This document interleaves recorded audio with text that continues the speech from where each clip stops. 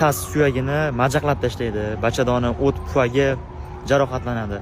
Xonanda Ozoda Nursaidovaning klip olish jarayonida ishtirok etayotgan 17 yoshli qizni gelik mashinasi bosib ketdi. 17 yoshli qiz endi butun umrga nogiron bo'lib qolishi mumkin.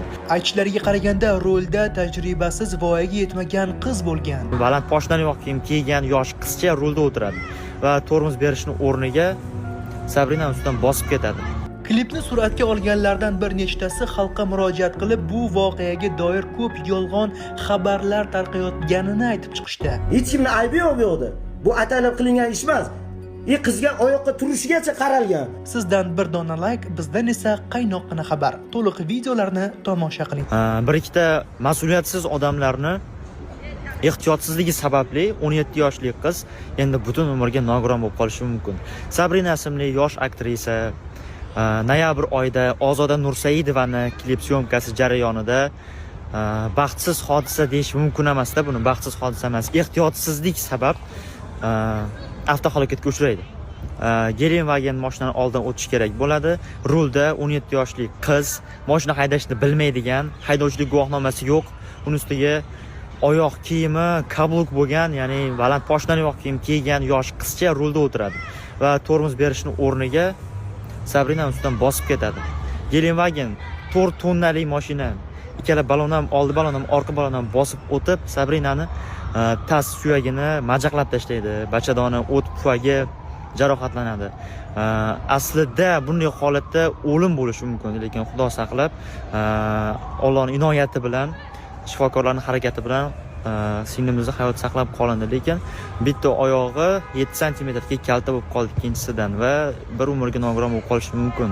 Lekin umid bor, buning uchun biz harakat qilishimiz kerak, qo'llab-quvvatlashimiz kerak. Men kartalarni yozib qoldiraman. Imkon boricha o'zingizning yordamingizni ayamang. Agar imkoniyatingiz bo'lmasa, videoni tarqatishga, yaqinlarga yuborishga harakat qiling. Klip Ozoda Nursaidovaniki edi. Mavlonov Production tomonidan suratga olinayotgan edi. Rulda o'tirgan qiz 17 yosh, hali haydovchilik guvohnomasi yo'q, mashina haydashni bilmaydigan, u ham yosh qizcha edi. Shuncha paytgacha noyabr oyida bu hodisa sodir bo'lgan bo'lsa, yopti qilib, iltimos indamay turinglar, oshkor qilmay turinglar, oyoqqa turib olguncha biz o'zimiz yordam qilamiz. Oyiga $500 berib turishgan ekan bizdagi bor ma'lumotlarga qaraganda. Keyin o'sha yordam ham uzib qo'yilgan, berilmagan. Xullas, bizning yordamimiz Sabrinaga kerak va mana shu production, mana shu jarayonda qatnashgan odamlar o'zini vazifasiga sovuqqonlik bilan yondashgan insonlarga chora ko'rishini so'rab qolamiz. Biz bu hol chiqishimizdan maqsadimiz majbur bo'lib chiqdik. Ayrim bir odamlar, blogerlarga men aytmoqchimanki, bu Ozodapani olingan klipida bo'lgan voqea baxtsiz voqea deymiz bu narsani. Baxtsiz voqeada nima bo'lgan, nima qo'ygan bilmasdan turib, hamma xohlagan gapini gapirib qo'yib yotibdi-da u yerda. Birinchi yordam ko'rsatilmagan deyapti. Vaholanki birinchi yordam ko'rsatilgan. Telefonda har bitta narsa qilingan narsa bo'yicha bankaga birinchi kundan borganimizdan hozirgi kungacha bo'lgan narsalar, qilingan narsalar hammasi yozilgan. Onasi bilan gaplashilgan gaplari hamma narsa yozilgan bu yerda.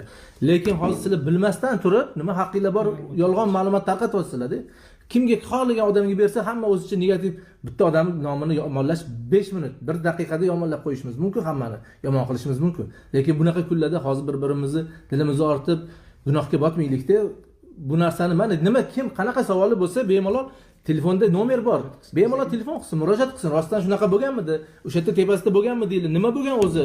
Nima ketyapti bu yerda deb. Bu yerda maqsad va shu boshqa narsa o'zi. Bu yerda boshida bizga kerak bo'lsa yangi uy oldirmoqchi bo'lishgan, kerak bo'lsa boshqa narsa qildirmoqchi bo'lishgan. Bu yerda men birovni hozir ayblamoqchi emasman, lekin bu narsani tegiga yetish uchun telefon bor. Biz hozir qonuniy davlatda yashayapmiz hammamiz. Bu narsa bo'yicha tergov ketyapti. Birinchi kundan beri boshlangan tergov jarayoni boshlangan, hozirgacha ketyapti. Ertaga sud bor.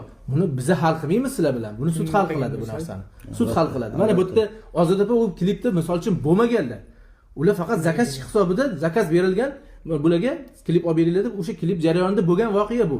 Biza hozir haqqimiz yo'q kimgadir tuhmat qilib qo'yishga, bilib bilmasdan xohlagan narsani qo'yib yotibmiz. Ozgina insof qilinglar-da, telefon bo'lsa, mana telefonimizga qilib, bemalol nima savolinglar bo'lsa javob berishga biz tayyormiz. Shaxsan men bitta qo'shimcha qilmoqchiman. Shaxsan men bu klipda operator sifatida men taklif qilinganman, rejissyor deb yozibsizlar. keyin men o'sha tagidagi полный описанияларni o'qib chiqdim. U yerda qaralmagan, boshqa narsa qilinmagan degan gaplar bor. Bular hammasi yolg'on. Men internet saytlariga aytmoqchiman. Bular bo'lmas narsalarni PR uchun chiqarmaydi. Sizlar bir oxiri tagiga yetinglar u narsani. Bir bizaga ham kelinglar, ko'ringlar bizada nima, qanaqa yordamlar qilingan. Bu Ozodapam tomonidan o'sha rulda bo'lgan o'sha qiz tomonidan bo'lgan narsalar. Sizlar u voqeaning ichida bo'lmagansizlar. Sizlar bilmaysizlar bu narsalarni. Bular emas voqealarni chiqarib tashlamaydi. Qonun bor, qonun doirasida ish ketyapti hozir. Hamma yozib yotibdi, negativlarni yozib. Ozoda Nursaidova u joyda umuman ishtirok etmagan. U joyda u opani nima deydi? U nomini bulg'ash bu yaxshi emas bu ro'za oyida. Sizlar bir o'ylab ishni aql bilan ish qilinglar. Men saytlarga aytmoqchiman. Bular bo'lmas narsani qo'yavermanglar, sizlar surishtiringlar bir tagini.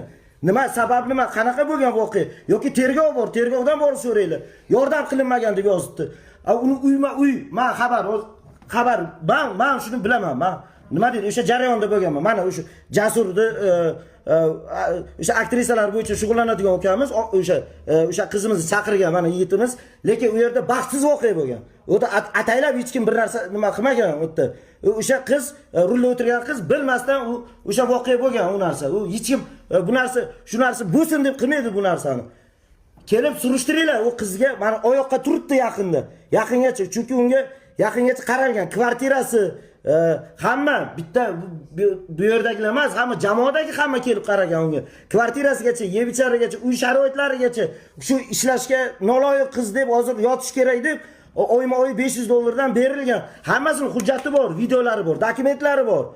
Lekin bu narsa qilinyapti-da, kimlardir aql o'rgatishi sababli aytilyaptiki, endi oxirida kelib uy talab qilinyapti, mashina talab qilinyapti. Bu narsa endi insof bilan-da, bu narsa nima deydi? Bu chista abdushi bir bu Alloh roziligi uchun qilingan narsa. Bu yerda u aybdorligi uchun emas, bu yerda hech kimning aybi yo'q bu yerda. Bu ataylab qilingan ish emas. Qizga oyoqqa turishigacha qaralgan. Oyoqqa turib yana 3 oy pastelniy rejim degan. Sekin o'ziga kelib oyoqqa turish boshlaganda, unga turma deyilganda syomkaga, men eshitishimizga qaraganda, syomkaga chiqdi. Tog'gami, qayergadir chiqdi. Men endi men bilmayman, avvalambor men rostmi yolg'onmi eshitishimga qaraganda o'sha syomkaga olib chiqishganda o'sha joyda yana yiqilgan ekan u qiz. Yiqilgandan keyin yana operatsiya qilishimiz kerak, nima qilishimiz kerak deb shunaqa talablarni qo'yapti-da. Lekin insonga insof kerak-ku, insof kerak. Bunaqa yolg'on ma'lumotlarni tarqatib negativlarni qilib tashlamaylar insonlar. Savolinglar bo'lsa, bemalol bizga murojaat qilinglar yoki mana tergovga murojaat qilinglar. Xohlasanglar, agar bizga ishonmasanglar, tergov jarayoni ketyapti bu narsa. Qonuniy hamma narsa. Hech kim birovga qarindosh urug'lik joyi yo'q, bir-birini oladigan, yonini oladigan joyi yo'q. Bu narsa hamma narsa qonuniy bo'ladi. Ertaga sud bo'lgandan keyin sud o'zi biladi kimni aybdor qilish kerak, kimni aybdor qilish kerak emas, kim oqlanadi, kim oqlanmaydi. Yo, o'sha men internet saytdagilarga aytmoqchiman. Sizlar nimaga kelmayapsizlar? Kelinglar, ko'ringlar, hammasini ko'rasizlar. Videolarigacha, zapislarigacha hammasi bor. Uy talab qilgan hammasi bor. Lekin unga hamma abdushi qaradi, bu qiz oyoqqa tursin, bu qizni biza nima qilamiz, nima deydi? Erta tuzalib ketgandan keyin hali yana birga ishlaymiz degan niyatlarda qilingan, yaxshi niyatda qaralgan bu qizga. Lekin endi insof bilan-da oxiriga kelib mashina uy deyish endi birovni nomini yolg'on ma'lumotlar chiqarib, bu yerda meni nomimni bulg'ab, men u yerda men operatorman. Meni operator qilib chaqirishgan. Menga nima olish kerak bo'lsa, motor deganman bo'ldi. Bu syomka bu. Men ishim mana shu, motor deganman, syomka qilish kerak bo'lgan kadrni olish. Meni vazifam shu. Meni vazifam uni boshqasiga qarash emas.